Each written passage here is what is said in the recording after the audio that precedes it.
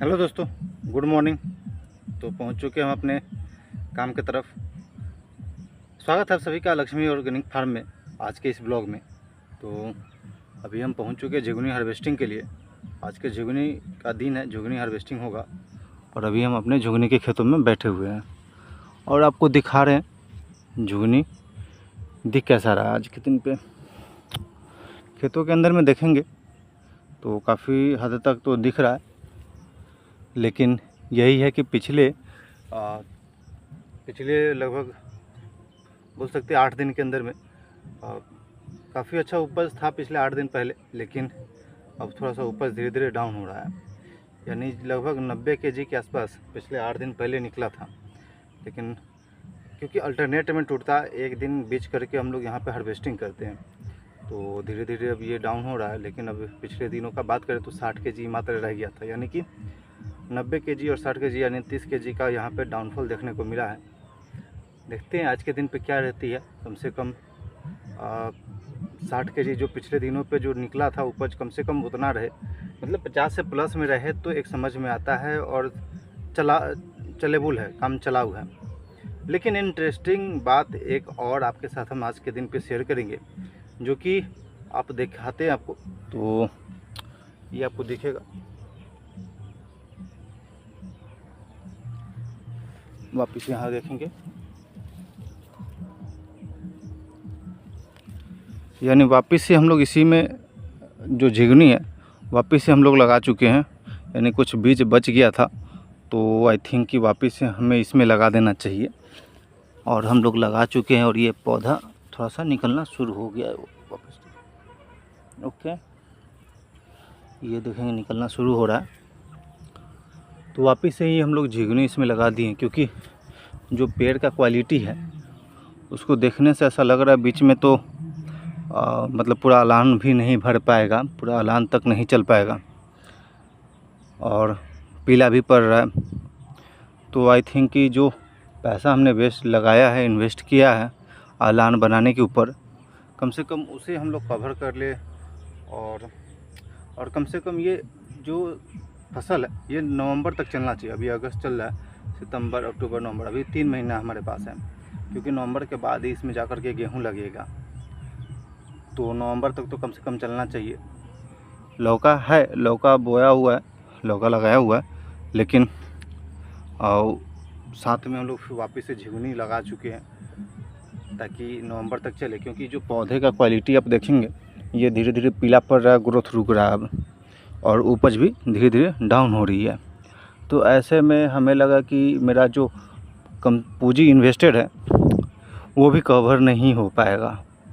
यानी लगभग 20 से 25-30 हज़ार रुपये के आसपास कहीं लगा हुआ है, और अभी तक हम लोग मात्र 10-12 हज़ार रुपये के आसपास कहीं हम लोग इसमें से हार्वेस्टिंग किए हैं, बेच पाए हैं। आगे का 12-13 हज़ार रुपया कहीं डाउटफुल है। तो बीज ऐसे में बचा हुआ था और अभी हमारे पास समय भी बाकी है, बचा हुआ है, तो उसी चीज़ को यूज करते हुए हम लोग वापस से पौधा लगा दिए। जो झिगुनी का पौधा वापस से लग चुका है, और देखते क्या होती है उसमें, उपज देती है या नहीं देती है, कैसा उपज रहती है, आगे आपको दिखाएंगे। चलिए हार्वेस्टिंग शुरू करते हैं। एक बार अलान के ऊपर से देखेंगे तो जो पौधा है वो बिल्कुल रेडिश या फिर पीला टाइप का पड़ रहा है, बिल्कुल हरा भरा नहीं है। यानी जो पौधा हरा भरा रहेगा वो काफ़ी अच्छा उपज देगा उसका पौधा, और उसका जो झिगुनी है यानी जो फसल है वो काफ़ी अच्छा रहेगा। लेकिन ज़्यादातर जो पौधा है, मैक्सिमम पौधा देखेंगे तो पीला जैसा पड़ रहा है या फिर रेडिश पड़ रहा है, लाल लाल जैसा पड़ रहा है, तो थोड़ा सा ये प्रॉब्लम है। लेकिन कुछ कुछ जो है जो हरा भरा है वो इस तरह का क्वालिटी दे रहा है। इस तरह का क्वालिटी काफ़ी अच्छा डिमांड में रहता है। इस तरह का क्वालिटी अगर मंडी ले जाते हैं तो जो व्यापारी है वो बिल्कुल तुरंत एक झटके में बाई कर लेता है, जितने भाव बोले उतने में कर लेता है। लेकिन थोड़ा सा प्रॉब्लम होती है जब भी क्वालिटी में, तो बिकना भी थोड़ा सा स्लो डाउन हो जाता है। चलिए एक लाइन अभी हम लोग आ चुके हैं इधर से, तो वह कंप्लीट करने वाले हैं, और एक क्रम वापस हम जाते हुए चलेंगे तो काटते हुए। तो लगभग एक डब्बा भर चुका है और एक लाइन हमने उधर से काटते आया था, उस साइड का किनारे का एक लाइन हमने काट लिया और उसमें एक डब्बा निकला है। ये जो फुल हो चुका है तो अभी हम रखने चलेंगे। कभी भी एक फार्मर जो होता है वो अपने खेत में जाए, उसका उपज काफ़ी अच्छा है तो अच्छा लगता है, क्योंकि अपने पॉकेट का पूरा पूंजी हम लोग लगा चुके हैं। इतना बड़ा पूंजी तो होता नहीं है कि हम भाई और बैकअप में अपने बैंक में रखे हुए, नहीं, लिमिटेड रहता है हर एक चीज़। और उसमें ही अपने घर को भी चलाना है होता है, अपने बच्चे को भी पालना होता है, अपने आपको भी देखना होता है, किसी का तबीयत ख़राब हो गया उस चीज़ को भी देखना होता है। और वापस से मान लीजिए खेत में हम जो पूंजी लगाए, पूरा पैसा लगाया, अपने अकाउंट को खाली करके सारा खेत में लगा दिए, और ऐसे में ना रेट मिल रहा है, ना ही सब्ज़ी में उपज हो रही है, और पता नहीं क्या क्या प्रॉब्लम हो रही है, उसको फेस करते हुए चलना बहुत ही ज़्यादा चैलेंजिंग होता है फार्मर के लिए, किसान के लिए बहुत ही ज़्यादा मुश्किल होता है। क्योंकि अभी जो भिंडी का सीज़न चल रहा है, भिंडी हमने समझिए तो एक तरह से पूरे अकाउंट खाली करके खेतों में पैसा लगा दिया, भिंडी लगाने में, उसको सुहाई करने में, उसमें खाद छींटने में, उसमें दवा छिड़कने में। एक तो दवा और खाद पता नहीं कितना तेज़ी से ग्रो कर रहा है, उसका रेट मतलब कि ऐसा बोल सकते उतना तेज़ी से हम लोग का सब्ज़ी का रेट तो नहीं बढ़ता, लेकिन जो दवा है, खाद है, उसका रेट काफ़ी तेज़ी से बढ़ जाता है।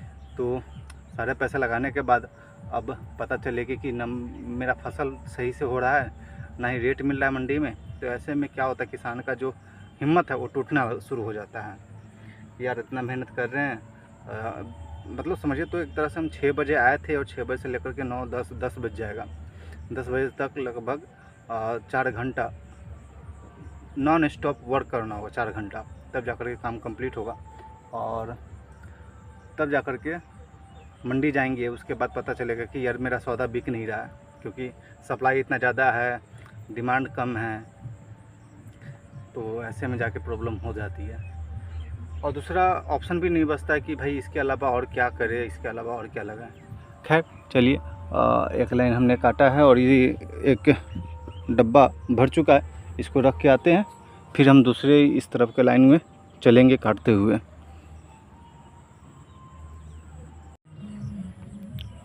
तो लगभग एक लाइन तो पूरा कंप्लीट हम लोग कर चुके हैं और दूसरे लाइन के अंदर में हम लोग इंटर किए हैं, उधर से काटते हुए आ रहे हैं। और आप देखेंगे तो ये उपज ये रहा, यानी कि थोड़ा सा कम हो गया।